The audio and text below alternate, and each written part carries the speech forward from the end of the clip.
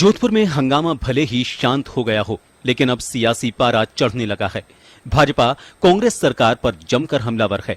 उधर जोधपुर में भाजपा नेताओं ने धरना देकर विरोध दर्ज करवाया, तो वहीं भाजपा प्रदेशाध्यक्ष डॉक्टर सतीश पूनिया ने कांग्रेस के चिंतन शिविर को लेकर तंज कसा।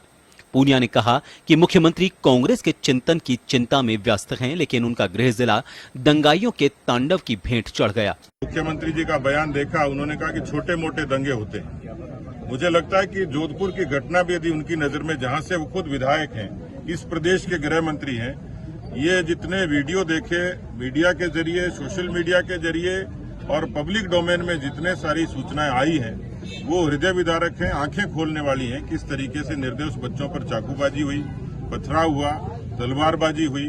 तो राजस्थान जैसे शांतिपूर्ण प्रदेश में इस तरीके का दृश्य पैदा करना, ये सरकार की नाकामी और कमजोरी है। मैंने एक वीडियो देखा जिसमें पुलिस के ऊपर जो अपराधी हैं वो लाठी चलाते हैं, यानी अपराधियों की बजाय पुलिस पर लाठी चलती है। वो सरकार के इकबाल खत्म होने का एक संकेत साफ तौर पर नजर आता है।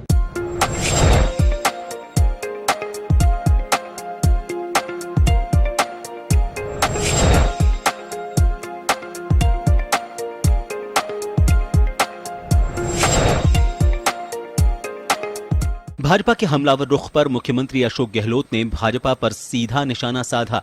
गहलोत ने कहा कि दिल्ली से प्रदेश के मुख्यमंत्री और सरकार को बदनाम करने का षड्यंत्र रचा जा रहा है, जिसको लेकर नेताओं को टारगेट किया गया है और इसी होड़ में केंद्रीय मंत्री अलग अलग बयान दे रहे हैं। गहलोत ने कहा कि राजस्थान के नाम से दिल्ली में नींद हराम हो रही है, इसलिए भाजपा नेताओं को अस्थिरता पैदा करने के निर्देश हैं। गहलोत ने कहा कि हम इनके मंसूबों को कामयाब नहीं होने देंगे। तो बीजेपी घबराई हुई है। बीजेपी का अभी पूरे मुल्क में टारगेट कोई है तो राजस्थान है। इसीलिए आप देख रहे हो दंगे भड़क रहे हैं। जब जेपी नड्डा साहब आए थे जयपुर के अंदर, माधोपुर में गए थे शायद वो, तब भी मैंने कहा था ये आग लगाना आए हैं। आग लग गई करौली के अंदर। पिछले एक महीने से राजस्थान में सियासी पारा चढ़ा हुआ है। फिर चाहे सालासर राजगढ़ में मंदिर मामला हो या फिर करौली में रामनवमी पर हुई हिंसा, ऐसे में अब जोधपुर के हंगामे के बाद एक बार फिर नेताओं के बोल मुखर हो गए हैं और पार्टियां एक दूसरे पर हमलावर हैं। ब्यूरो रिपोर्ट, जन टीवी।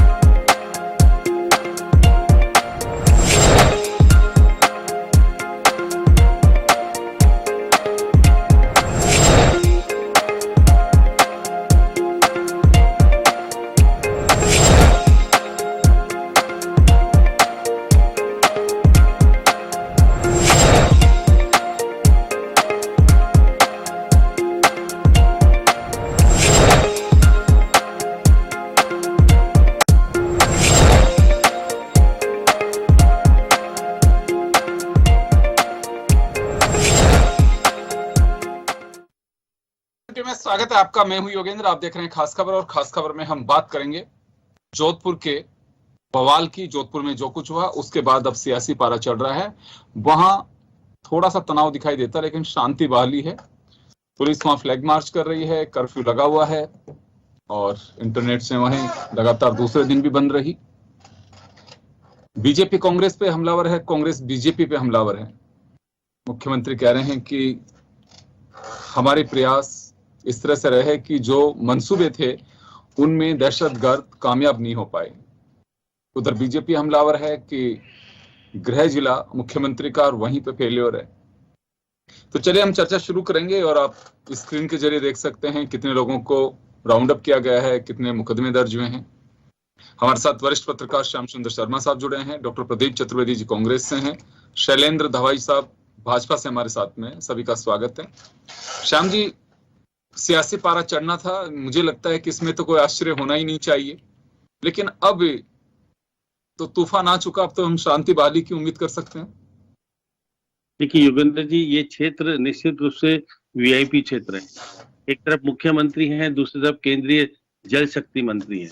तो दोनों, अगर दोनों का क्षेत्र हो और दोनों ही केंद्र में वो अपना पावर रखते हैं और प्रदेश में तो मुख्यमंत्री पावरफुल होते ही हैं, तो ऐसी स्थिति में जो कुछ माहौल बना हुआ है, देखिएगा, एक दिन ईद से एक दिन पहले जिस तरह का विवाद झंडा लगाने को लेकर के होता है बिस्सा जी की मूर्ति पर, उसके बाद पुलिस सतर्कता नहीं रखती है। दूसरे दिन उनको मालूम है ईद की नमाज होगी और नमाज होने के बाद जिस प्रकार का माहौल क्रिएट होता है, क्योंकि कुछ लोग ठीक होते हैं, कुछ लोग गड़बड़ वाले होते हैं, तो वो जवाब देने की बात करते हैं। तो जवाब देने के लिए वो झंडा लगाने की वापस बात हुई, तो आपस में झगड़ा इस तरह से बढ़ा। अगर पुलिस चाहती कंट्रोल कर सकती थी, ये झगड़ा होता ही नहीं।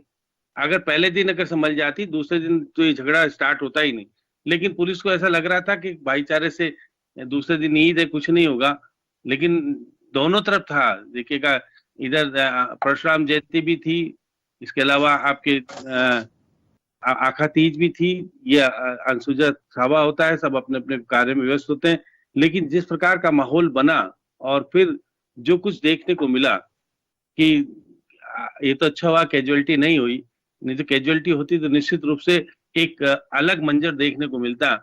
अब पुलिस ने उसके बाद जयपुर से भी पुलिस गई और मुख्यमंत्री जी ने जन्मदिन बनाने से भी समाप्त किया और अपने शहर में, क्योंकि उनके जब आग लगी तो उन्होंने निश्चित रूप से सब कुछ कार्यक्रम छोड़ करके वहां नियंत्रित करने की कोशिश की। जयपुर से उन्होंने अपने राज्य मंत्री गृह को भेजा, इसके अलावा आईसीएस होम को भेजा और बाकी अधिकारी को भेज करके फिर वहां फोर्स को भी काफी तैनात को 10 थाना क्षेत्रों में कर्फ्यू आज रात को 12 बजे तक का लगा। आपका मानना है कि ये रोका जा सकता था अगर थोड़ी मुस्तैदी और सतर्कता होती तो?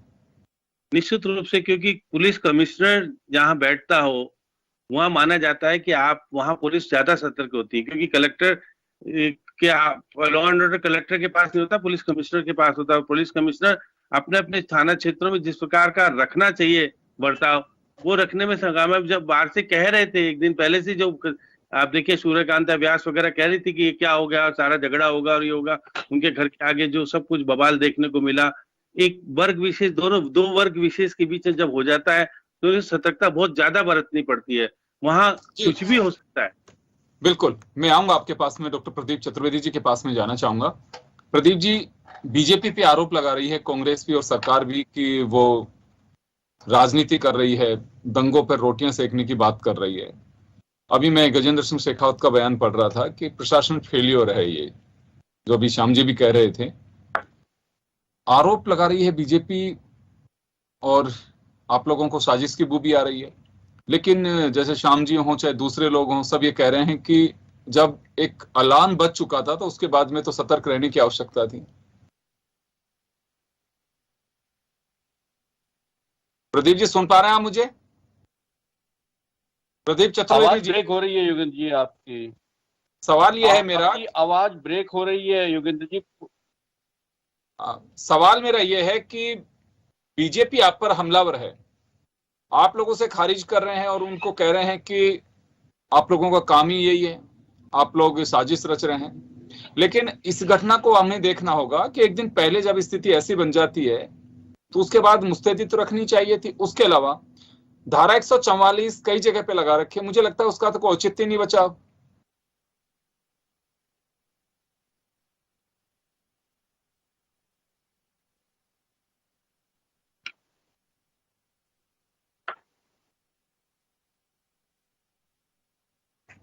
हेलो। प्रदीप जी, आप पे अपना ईपी हटा दीजिए, आप तक आवाज नहीं आ पा रही है। आप ईपी हटा दीजिए, उसमें सिस्टम में से भी हटा दीजिए आप।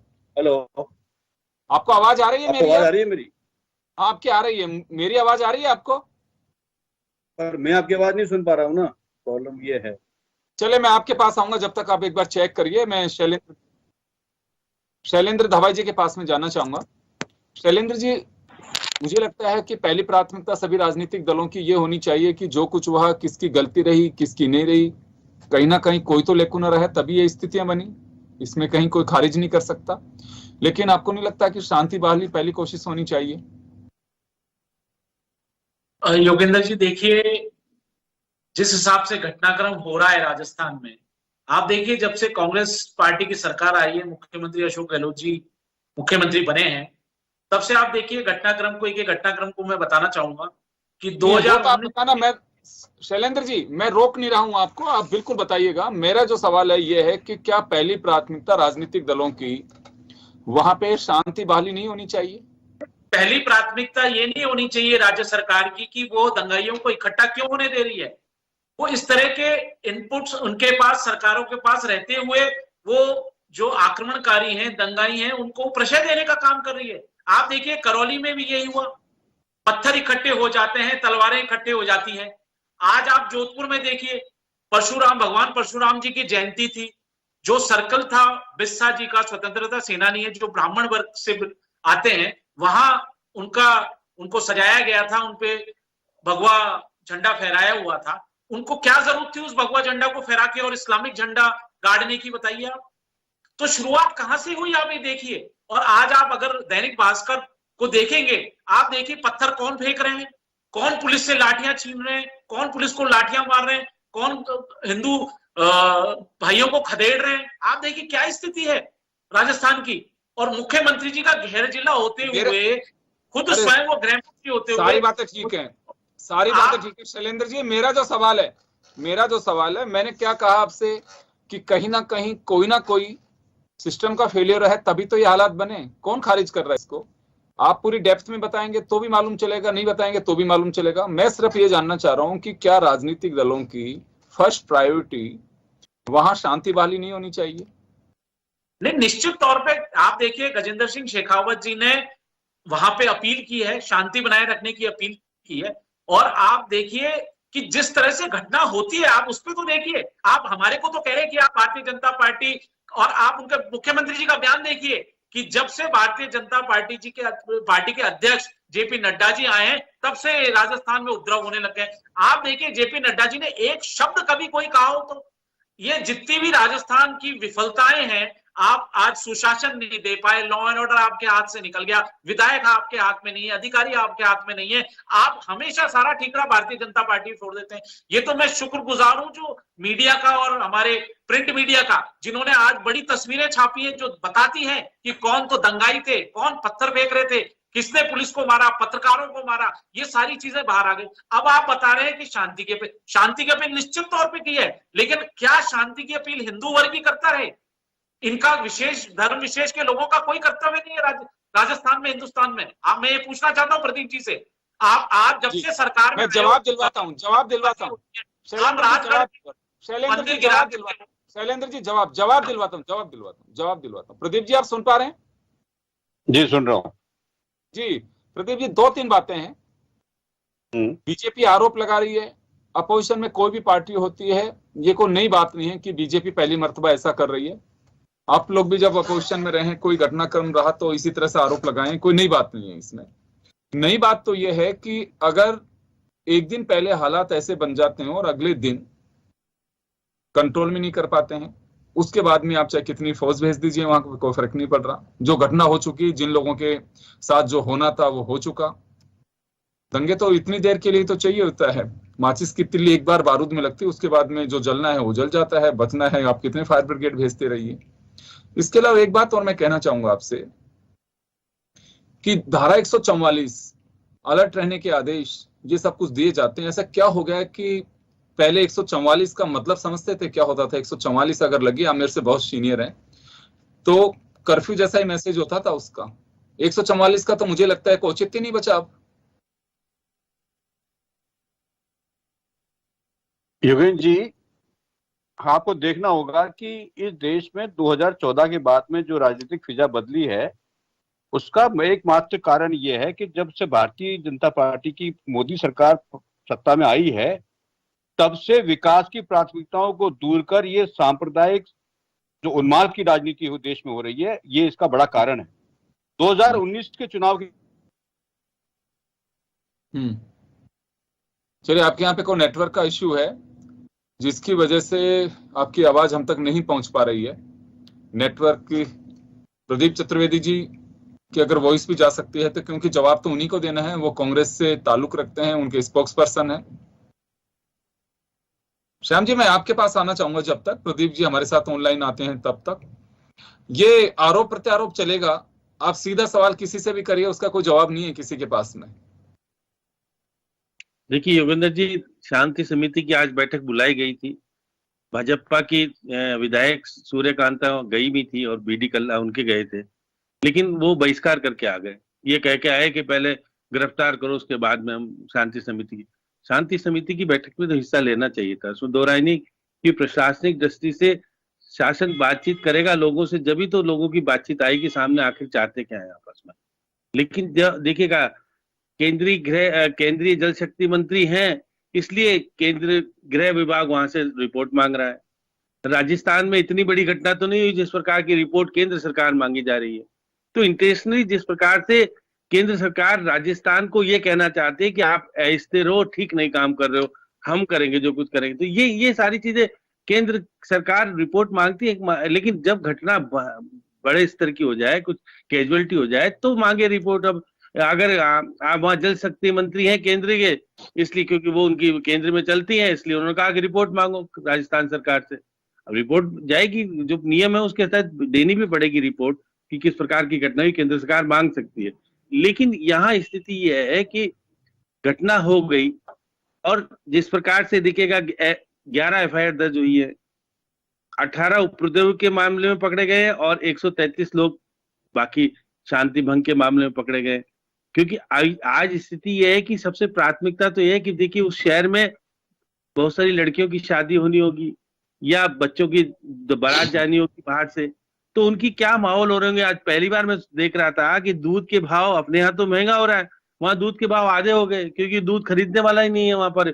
अलग तरह की स्थिति बनी कि आप देखिए जोधपुर शहर अपने तरीका अलग तरह का, वो चलता फिरता शहर है, वहां पर आप तो वहां रहे खुद भी, वहां का मिर्ची बड़ा और वो सारी चीजें, आज शहर ठहर सा गया है। देखिए जो दैनिक रोजी रोटी कमाने वाले हैं उनके सामने सबसे ज्यादा समस्या उत्पन्न होती है। बाकी तो जो है वो ठीक है, लेकिन आज जो हालात बने, देखिए फ्लैग मार्च भी हो रहा है, सब कुछ हो रहा है, लेकिन ये सतर्कता, मुख्यमंत्री जी ने कहा है कि कोई भी जाति का हो, दंगा ही है, उसको खिलाफ कार्रवाई करो, चाहे किसी भी राजनीतिक पार्टी का। तो बयान तो ठीक तरीके से दिए जा रहे हैं, लेकिन प्रशासनिक दृष्टि से जो कुछ करना चाहिए था पहले, देखिएगा ईद का त्योहार, आखा तीज और जवाब दिलवाता हूँ। प्रदीप चतुर्वेदी जी हमारे साथ में जुड़े हैं, मैं उनसे एक बार जवाब दिलवाता हूँ। प्रदीप जी, आप सुन पा रहे हैं मुझे? हाँ, सुन जी, पा आप इसमें, हाँ, अभी आप कंटिन्यू करिएगा, पहले आप डिस्कनेक्ट हो गए थे। मेरा सवाल बस इतना सा है कि एक तो धारा 144 हम लगाते हैं, धारा 144 का तो मुझे लगता है कि कोई महत्व खत्म हो चुका है कि धारा 144 पुलिस के समझ में नहीं आती है कि क्यों हम किसी को इकट्ठा होने दे रहे हैं। ये कानून की एक धारा है, उसके तहत अगर इस तरह की स्थितियां बने, कर्फ्यू की तो नौबत बहुत बाद में आती है।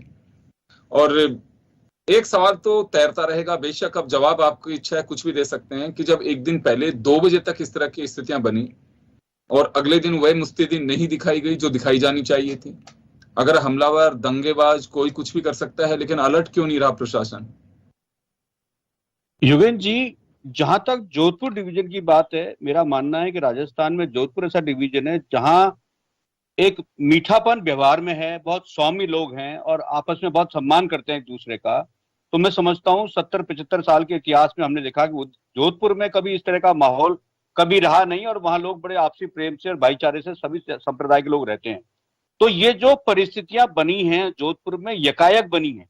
अगर मान लीजिए जिस तरह बात की जा रही है कि पुलिस को सूचना तंत्र कमजोर रहा या उसकी कमी रही, तो मेरा एक बात स्पष्ट मानना है कि जब कोई दंगा षड्यंत्र के आयोजित होता है तो उसकी भनक प्रशासन को भी लगती है और पुलिस तंत्र को भी लगती है। लेकिन जब जो घटनाएं यकायक होती है या कोई रिएक्शन बहुत जल्दी होता है तो उसकी सूचना न तो सरकार को मिलती है न पुलिस के तंत्र को मिल पाती है। मेरा मानना यह है कि इस तंत्र में भी चूंकि ईद का दिन था, और देखिए सौभाग्य की बात देखिए कि उस दिन ईद भी थी, परशुराम जयंती भी थी और अक्षय तृतीया का माहौल भी था, तो एक इतना अच्छा माहौल होने के बाद सिर्फ एक नासमझी की वजह से जिन लोगों ने ये कृत्य किया, चाहे किसी ने जिसका झंडा हटाया, किसी का लगाया, अगर ये हम केवल ना समझी कैसे कह सकते ये हैं? एक एकाएक घटना एकाएक इसलिए हुआ कि जो लोग वहां पे उस घटना स्थल पर जिन्होंने हरकत की वो समाज कंटक लोग थे। उन्होंने इस आफत को मोल लिया, जानते हुए भी कि ये एक सद्भावना का मामला टूटेगा, भयंकर होगा, उसके बावजूद भी ये लोग सामाजिक लोग नहीं है, ये लोग निश्चित ही दंगाबाजी लोग हैं जिन्होंने इसको टालने की बजाय इस क्षण को मोल लिया और ये करके झंडा उतारा, जिस तरह का उन्होंने टेप भी लगा दिया वो भी किया। तो मैं समझता हूं आपस में मिलजुल करके ये बात हो सकती थी और पुलिस ने रात को इसे कब्जा भी किया। सबसे बड़ी बात योगेंद्र जी ये है कि इस पूरे तंत्र में ऐसी कोई षड्यंत्र की बू नहीं आई कि ये योजना आयोजित थी या इसके बारे में कोई पूर्व तैयारी की गई थी, ऐसा बिल्कुल नहीं था। एकाएक ये ऐसी लेकिन घटना आपके हुई, लोग कह रहे हैं कि प्रतिशोध हुआ। साजिश की बू आ रही है। आपके स्पोक्स पर्सन नेशनल सुरजेवाला वो कह रहे हैं कि इसमें साजिश रची गई है, साजिश की बू आ रही है, षड्यंत्र के तहत ये दंगा हुआ है। ये जो अब उसके बाद दोबारा जो हो रही है, अब इसको सांप्रदायिक रंग दिया जा रहा है, उसमें फासिस्ट ताकतें शामिल हो रही हैं, उसमें समाज कंटक हैं, जो भी लोग इसमें शामिल हो रहे हैं अब इस मुद्दे को उछालना चाहते हैं क्योंकि इसमें सांप्रदायिक उन्माद की राजनीति में भारतीय जनता पार्टी को फायदा है। उन्होंने सबसे पहले मुख्यमंत्री का इस्तीफा मांगा, उन्होंने शांति की अब तब नहीं की, शांति की अपील उन्होंने आज की है जब प्रशासन ने पूर्ण रूप से इस पूरी घटना पर और इसके हालात पर कब्जा कर लिया है। अब वो अपील भी कर रहे हैं। उससे पहले 2 दिन तो गजेंद्र सिंह शेखावत ने कोई शांति की अपील नहीं की, उन्होंने मुख्यमंत्री का इस्तीफा मांगा। अर्जुन राम मेघवाल ने इस्तीफा मांगा, उन्होंने प्रशासन को सहयोग नहीं किया, बल्कि उस समय जब प्रशासन का पूरा तंत्र इन दंगों को केंद्र को नियंत्रित करने में लगा हुआ था, उसी समय इन्होंने पैरेलली अपना मीटिंग करके वहां पे बैठकें की और प्रशासन को चैलेंज करते हुए मुख्यमंत्री से इस्तीफा मांगा और सरकार के सामने मुश्किल पैदा की। जबकि मुख्यमंत्री बार बार कह रहे हैं कि दंगा किसी संप्रदाय का हो, किसी भी लेवल का हो, उसे बख्शा नहीं जाएगा। और अच्छी बात यह है युगेंद्र जी कि इस पूरे दंगे में या इस उन्माद में कहीं पर भी जान माल की कोई क्षति नहीं हुई है। ये सबसे बड़ी माल की तो रिलीफ करने की बात है। लेकिन अब आप निश्चित रहें, अब आप निश्चित रहें कि सरकार ने पूर्ण नियंत्रण कर लिया है। गाड़ियां जलती हुई दिखाई दे रही हैं, लोगों के साथ छपा हुआ एटीएम को तोड़ दिया, जो व्हीकल्स हैं उनमें तोड़फोड़ मची है। ये माल की हानि है। किसी के अगर गाड़ी में कोई चोट पहुंचती है, कोई तोड़ देता है, किसी का व्हीकल को जला देता है, कितना नुकसान है उसका। मुख्यमंत्री ने कहा है स्पष्ट तौर पे कि जो लोग भी दंगों में और इन उत्पातों का कारण पाए जाएंगे उनकी संपत्ति कुर्क की जाएगी। ये उन्होंने स्पष्ट साफ साफ कहा है अधिकारियों को कि आप चिन्हित करें जिन लोगों ने भी ये कांड किया या नुकसान किया, जानमाल का नुकसान किया है, उनको चिन्हित किया जाए और उनकी संपत्ति कुर्क की जाए। तो मैं समझता हूँ मुख्यमंत्री जी, हो पाएगा ऐसा? क्यों नहीं होगा? जब सरकार की इच्छा शक्ति होगी, सरकार की नेतृत्व में ये उनको इस पर संदेश होगा तो ये भी होगा। आप निश्चिंत रहें, इस दंगे में राजस्थान की सरकार इन दंगा परस्त व्यवस्था को बिल्कुल सहन नहीं करेगी और मुख्यमंत्री जी बिल्कुल निश्चित है और उन्होंने साफ साफ कहा कि जो दंगे में चिन्हित किए जाए उनकी संपत्ति कुर्क करने की व्यवस्था की जाए। यह मुख्यमंत्री का स्पष्ट आदेश प्रशासन को दिया गया है। शैलेंद्र जी, मेरे ख्याल में इससे बड़ी बात नहीं हो सकती। दंगे हो गए, उससे खारिज नहीं कर रहे, लेकिन जो दंगाई हैं अब उनके साथ सख्त कदम उठाया जाएगा। उनकी संपत्ति तक बात की जा रही है कि और सख्त पेश होगी सरकार। नहीं योगेंद्र जी, मैं पूछना चाहता हूं प्रदीप जी से, आप चाहते हैं दंगा होते रहे, विशेष वर्ग आकर उस घटनाओं को अंजाम देते रहे, हिंदू वर्ग पे, हिंदू त्योहारों पे वो पत्थरबाजी करते रहे, पुलिस को मारते रहे, पत्रकारों को पीटते रहे और लास्ट में जाके आप कहते साहब अभी हम इनके खिलाफ कार्रवाई करेंगे। अरे आप प्रशासन राजस्थान चला रहे हो, आपने राजस्थान को मजाक बना दिया है। आपने, आपके मुख्यमंत्री जी ने सारा भार भारतीय जनता पार्टी पे डाल दिया है कि भारतीय जनता पार्टी के कार्यकर्ता कर रहे थे, जबकि पूरी दुनिया जानती है, पूरा राजस्थान का आदमी जानता है, पेपर लिख रहे हैं, सोशल मीडिया पे वीडियो वायरल हो रहे हैं कि आप देखिए झंडा हटा के इस्लामिक झंडा लगाया गया। आप बताइए, ये तो इनकी जरूरत हो गई है वहां जोधपुर में कि इस्लामिक झंडा लगा दिया और वहां फिर उन्होंने बवाल शुरू किया। उसके बाद प्रशासन सो गया, रात को जाके आप देखिए पुलिस प्रशासन सो गया। अगले दिन ईद की नमाज पूरी सड़कों में मनाई, इन्होंने नमाज अदा की है, उसके बाद फिर इन्होंने दंगा किया है।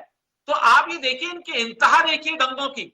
आज जो घटनाएं हो रही हैं उसमें कहीं ना कहीं राजस्थान सरकार का हाथ है। मुख्यमंत्री गहलोत जी इसको प्रशय दे रहे हैं, इस वजह से आज ये घटनाएं लगातार हो रही हैं, चाहे घरौली की घटना हो, चाहे आप जोधपुर की घटना हो, चाहे हमारे राजगढ़ में मंदिर। शैलेंद्र जी, इसका कोई आधार है कि ऐसे ही आरोप एक दूसरे पे लगा रहे हो आप लोग? योगेश जी एक मिनट योगेश जी, मैं इनसे पूछ चाहता हूँ, पिछले 2 महीने में राजस्थान में करौली के बाद राजगढ़ में ये हुआ, उसके बाद ये जोधपुर में हुआ है। मुझे बताइए 2 महीने में ऐसी क्या बिजली गिर गई? राजस्थान में 3 साल से गहलोत सरकार काम कर रही है, किसी तरह का सांप्रदायिक उन्माद मिला? इन 2 महीनों के अंदर करौली में, राजगढ़ में और जोधपुर में आपके लोगों ने सांप्रदायिक उन्माद भड़काया है। आप लोग चाहते हैं कि समाज बटे, आप चाहते हैं समाज बटे, ये आप हिंदुत्व की जो कार्रवाई करना चाहते हैं, राजस्थान की सरकार सांप्रदायिक उन्माद को बिल्कुल बर्दाश्त नहीं करेगी और प्रदेश के एक एक जन के लिए कांग्रेस की सरकार प्रतिबद्ध है।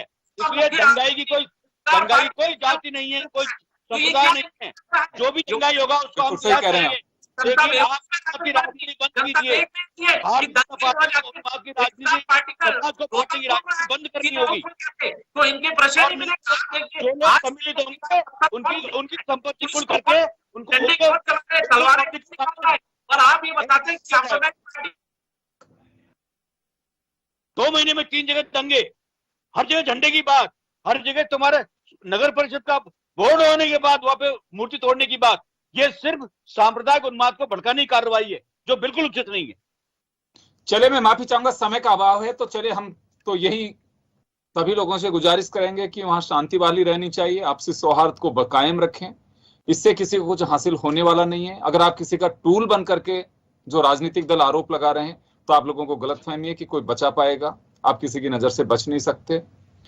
कोई आपका इसमें आपके काम आने वाला नहीं है, आपका भविष्य खराब हो जाएगा और जो सौहार्द बनना चाहिए वह बिगड़ जाएगा, उसको सुधारने में वक्त लगेगा। आपका शहर अपना शहर है, आप उसमें अगर शांति बहाली चाहते हैं तो निश्चित रूप से आप अपने विवेक को इस्तेमाल करें और वहां जैसी स्थिति रही है अपनापन उसे कायम रखें।